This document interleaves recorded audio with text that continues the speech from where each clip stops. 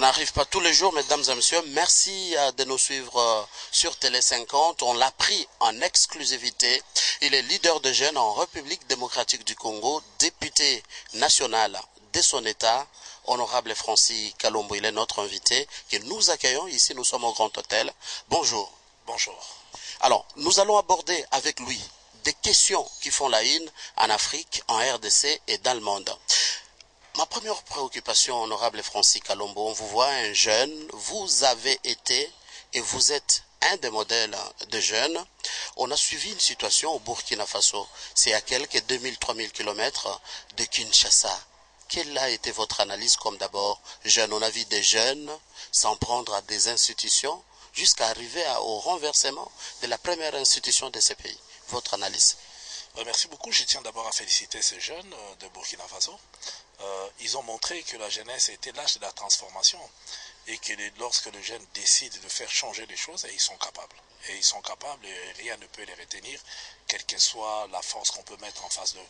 Et c'est ce que l'on a vu par exemple avec Tiananmen en Chine, où on a vu un jeune se mettre devant un char de combat et qui a stoppé un char de combat.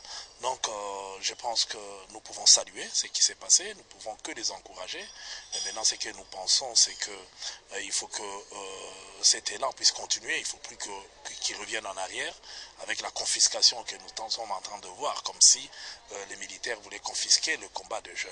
Il faut aussi en ce moment-ci que les jeunes deviennent des responsables et qu'ils arrivent à désigner aussi parmi eux ceux-là qui peuvent aussi prendre leurs responsabilités. Ils n'ont pas à hésiter et ils ont à prendre leur courage entre les deux bras tel qu'ils l'ont fait et aujourd'hui aller aussi dans les institutions, essayer aussi de participer à la gestion de leur pays. Avant de faire le parallélisme un peu avec d'autres pays en Afrique centrale, il y a un analyste qui a donné son point de vue en disant on a vu le printemps arabe dans l'Afrique du Nord, mais après le printemps arabe, c'est les chaos de ces pays qui peinent à se relancer. Est-ce que ça ne risque pas d'être le cas du Burkina Faso et d'autres pays qui risqueraient d'emboîter les pas en Afrique centrale? Oui, mais cela peut arriver, mais le problème c'est qu'il faut vous mettre à la place de ces jeunes-là ou de ces situations-là. Dans quelles conditions ils vivaient avant? Certes, aujourd'hui c'est les chaos, mais je pense qu'on ne peut pas manger des œufs sans pouvoir casser ces œufs-là. Donc il fallait à un moment donné les casser. C'est vrai, maintenant ils passent des moments très difficiles, mais nous souhaiterions que cela puisse évoluer dans le bon sens. Ils vivaient dans des conditions très difficiles, très déplorables. Qu'est-ce qui est plus important pour un être humain? C'est de vivre en pleine liberté et de pouvoir exercer ses droits des citoyens. Et quand vous regardez toute cette population, ils ne vivaient pas. La liberté qui arrive les a poussés aussi à passer des moments. C'est vrai, ce sont des moments de turbulence, mais nous pensons qu'il va arriver à un moment où la situation va se stabiliser et que le meilleur moment va arriver. Ce qui est avantageux, c'est qu'ils ne vont plus vivre ce qu'ils ont vécu avant. Et ce que nous craignons, c'est qu'une dictature puisse remplacer une autre dictature. Il faut avancer de l'avant, il faut petit à petit, certes, pas brutalement, petit à petit que la démocratie s'installe dans ces pays-là pour que les choses avancent. La Tunisie dont on pensait le chaos, aujourd'hui il y a élection. Il y aura élection présidentielle en Tunisie. Il y a eu l'Assemblée constituante, il y a une nouvelle constitution en Tunisie. Au moins les choses se mettent en place dans les normes. C'est ce que nous souhaiterions. Et nous pensons que c'est comme ça que ça peut évoluer. Il ne faut pas condamner le printemps arabe, il ne faut pas critiquer le printemps arabe pour dire que ça n'a apporté que des désordres. Moi, je ne m'inscris en faux. Je pense que certes, il y a des désordres aujourd'hui, mais pour qu'il y ait un lendemain meilleur, on ne peut pas accoucher sans douleur, même si aujourd'hui, nos mamans, certaines réclament de péridurale pour ne pas sentir la douleur, mais si on les amène à adoucir leur douleur, mais on ne peut pas accoucher sans douleur. Je pense que c'est ce qui est en train de se passer maintenant dans ces pays-là. Alors, il y a beaucoup de chefs d'État africains qui ont déjà dépassé plus de 27 ans au pouvoir et avec leur pays, tout est stable, les cas de l'Angola par exemple, les Zimbabwe, mais on voit les médias occidentaux trop instrumentalisés en rapport avec la situation des 4 chefs d'État en Afrique centrale. On cite le Rwanda, le Congo-Brazzaville, la RDC.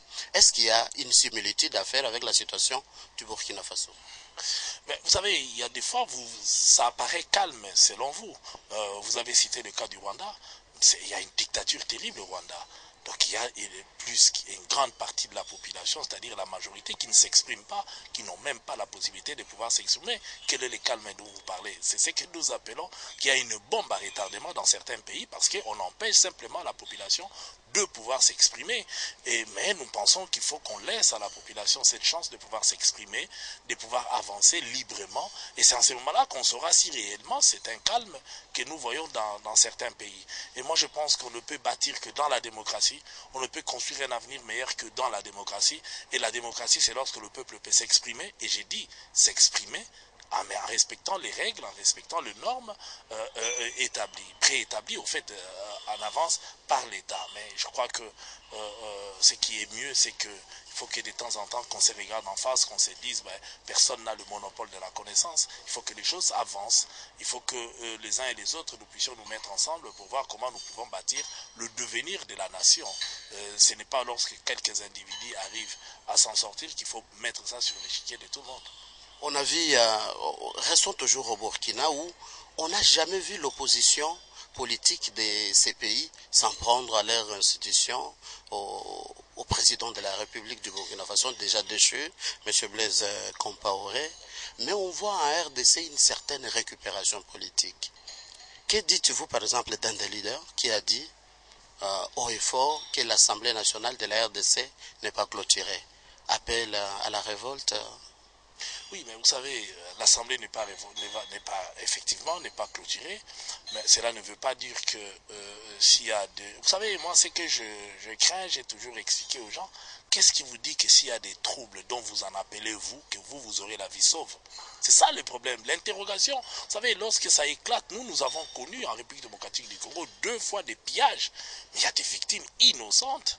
Des gens qui ne s'est mêlés ni de loin ni de près de la politique, qui ont été des victimes de ces pillages-là. Qui vous dit que vous allez, vous, être épargné lorsqu'il y aura des troubles? Parce qu'on ne sait pas, on ne connaît pas la réaction de la population.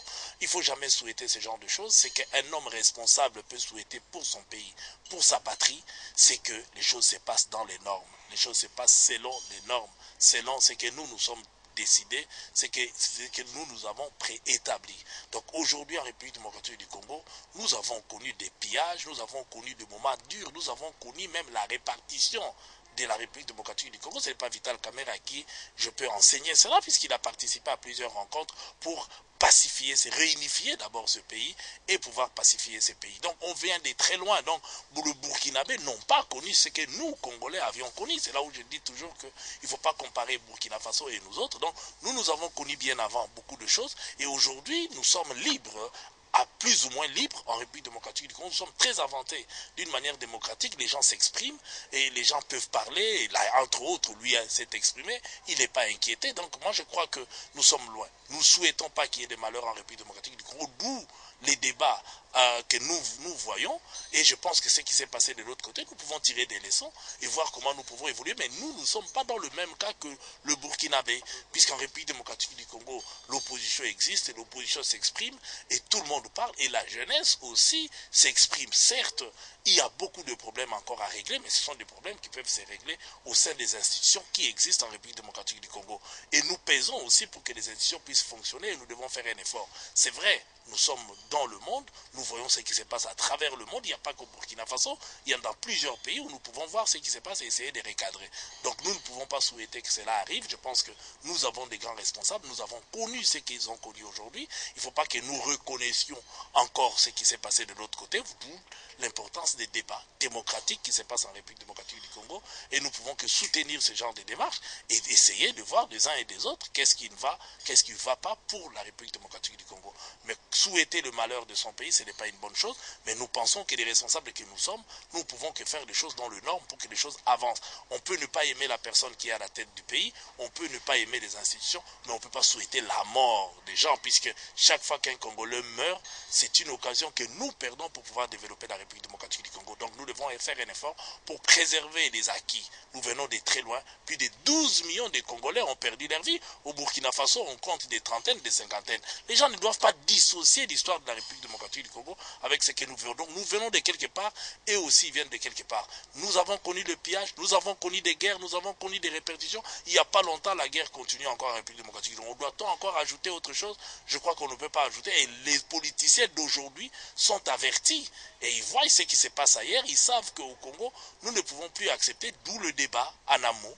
Honorable Francis Kalombo, vous comme leader de la jeunesse, les modèles du Burkina Faso, est-ce un modèle à conseiller en République démocratique du Congo? Modèle à conseiller, oui, en ce qui concerne la prise de conscience de la jeunesse. Il faut que la jeunesse soit consciente, mais je pense que nous avons déjà pris conscience. Et c'est un travail que j'ai commencé à faire depuis 2001, conscientiser la jeunesse de la République démocratique du Congo, non pas à casser, mais à prendre conscience, à pouvoir participer dans la gestion de la chose publique. Et aujourd'hui, nous pensons que de jeunes sont, d'abord, nous avons à la tête de notre pays un jeune, et puis nous avons au niveau de l'Assemblée nationale, c'est aussi un jeune. Au niveau de la primature, c'est aussi un jeune. Donc le Congo est quand même encadré par des jeunes. Certes, nous devons faire un effort pour consolider cet acquis et les jeunes doivent prouver que la jeunesse étant l'âge de la transformation, les jeunes peuvent transformer les choses parce qu'ils pensent à un avenir, ils pensent à un devenir. Voilà pourquoi moi je fais confiance aux jeunes. Mais quant aux jeunes congolais, je pense qu'ils sont très conscients puisqu'il ne faut pas oublier que les jeunes ont payé les prix en République démocratique du Congo. Ils ont été utilisés tantôt comme chair à canon, tantôt comme marchepied, et petit à petit, les jeunes prennent conscience. Aujourd'hui, vous voyez que les jeunes n'arrivent plus à suivre simplement parce qu'on les a appelés, mais non, ils s'interrogent. Quelle est la finalité de l'action que je dois poser aujourd'hui, et où ça va m'amener, et quel est l'intérêt national dans ce qu'on m'appelle de pouvoir fournir. Voilà pourquoi je pense que nous devons interpeller, nous devons continuer à conscientiser les jeunes, mais nous disons haut et fort, c'est que nous devons prendre conscience. Le Congo a payé le prix, le Congo a perdu beaucoup, et cela veut dire que nous ne devons pas baisser les bras, nous devons continuer à être vigilants, les jeunes doivent continuer à la vigilance, mais nous pensons que les hommes politiques prenant conscience, puisque beaucoup sont de jeunes, qui eux aujourd'hui participent à la gestion de la chose publique, donc leur responsabilité est quasiment totale, donc nous ne pouvons pas tomber. Voilà pourquoi souvent il y a des débats. Voilà pourquoi lorsqu'on soulève un sujet d'actualité ou un sujet qui blesse, et nous nous mettons autour d'une table et nous essayons de trouver des solutions. Moi je vois l'exemple de la CNI, lorsque nous nous sommes mis ensemble, on a trouvé la configuration actuelle, quels sont les gens qui doivent animer. Donc nous ne sommes pas partis dans l'entêtement. C'est ce que les gens doivent comprendre, que la différence entre Burkina Faso ou la République démocratique du Congo aujourd'hui, c'est que les débats ont souvent eu lieu et que les uns et les autres, nous arrivons à échanger, même sur de petites choses. Il y a échange. Alors, puisqu'il y a échange, puisqu'on arrive toujours à chuter, à trouver des conclusions, mais allant dans le bon sens, c'est-à-dire que l'opposition apporte aussi sa contribution, voilà pourquoi nous ne pouvons pas aujourd'hui crier haut et fort qu'il y aura aussi des troubles en République démocratique du Congo. Nous avons payé des prix. Aujourd'hui, le chômage bat son plein. Les investisseurs ont du mal à venir en République démocratique du Congo. Mais ça ne doit pas être une justification pour le statu quo. Donc, au contraire, nous devons tirer des leçons pour dire que nous devons évoluer. Et les dirigeants, et ceux qui ne dirigent pas, les dirigeants doivent être à l'écoute de la population pour que ce qui s'est passé hier ne puisse pas arriver. Ce que nous voyons ailleurs, ce n'est qu'une interpellation pour nous dire ça peut encore, puisqu'ailleurs ça s'est fait aujourd'hui. Nous sommes loin, nous avons tout connu, nous avons connu pire encore. Ce que j'ai souligné tout à l'heure, c'est que nous avons connu la répartition, nous avons connu des pillages, nous avons connu des marches, nous avons tout connu. Mais aujourd'hui, nous sommes en train de faire un effort pour que la démocratie puisse bien s'exprimer. Certes, nous sommes qu'au début, certes c'est un peu difficile, mais ce n'est pas facile non plus de copier ce qui se passe ailleurs et de pouvoir le mettre en application. Donc personnellement, je crois que les jeunes doivent être vigilants, continuer à vigiler, mais je ne crois pas que nous sommes dans la même situation que les Burkinabés, mais nous devons être à l'écoute parce qu'aujourd'hui, c'est des jeunes qui ont des responsabilités dans notre pays. Ces jeunes doivent être à l'écoute de leurs semblables qui, eux, peuvent vivre des situations qui ne cadrent pas en ce moment-là, ça peut dégénérer à tout moment, mais on ne peut pas contrôler. Mais je ne crois pas que nous sommes sous pression, parce qu'ici, il y a une ouverture, il y a l'écoute, les gens sont en train d'échanger, il y a une liberté où les gens peuvent s'exprimer sans être inquiétés. Il y a quand on parle Burkina Faso, on parle de révision constitutionnelle, c'est devenu des sujets tabous en RDC, jusqu'à ce que les acteurs politiques de la majorité ne veulent plus s'exprimer. Comment justifiez-vous cette façon de se retenir? Je pense que c'est trop simple. Vous savez, il y en a qui attendent la sortie du nouveau gouvernement. Peut-être qu'ils pensent qu'en s'exprimant, ils risquent de mal s'exprimer. Or, celui qui dit ce qu'il pense, ce qui est réel, n'a pas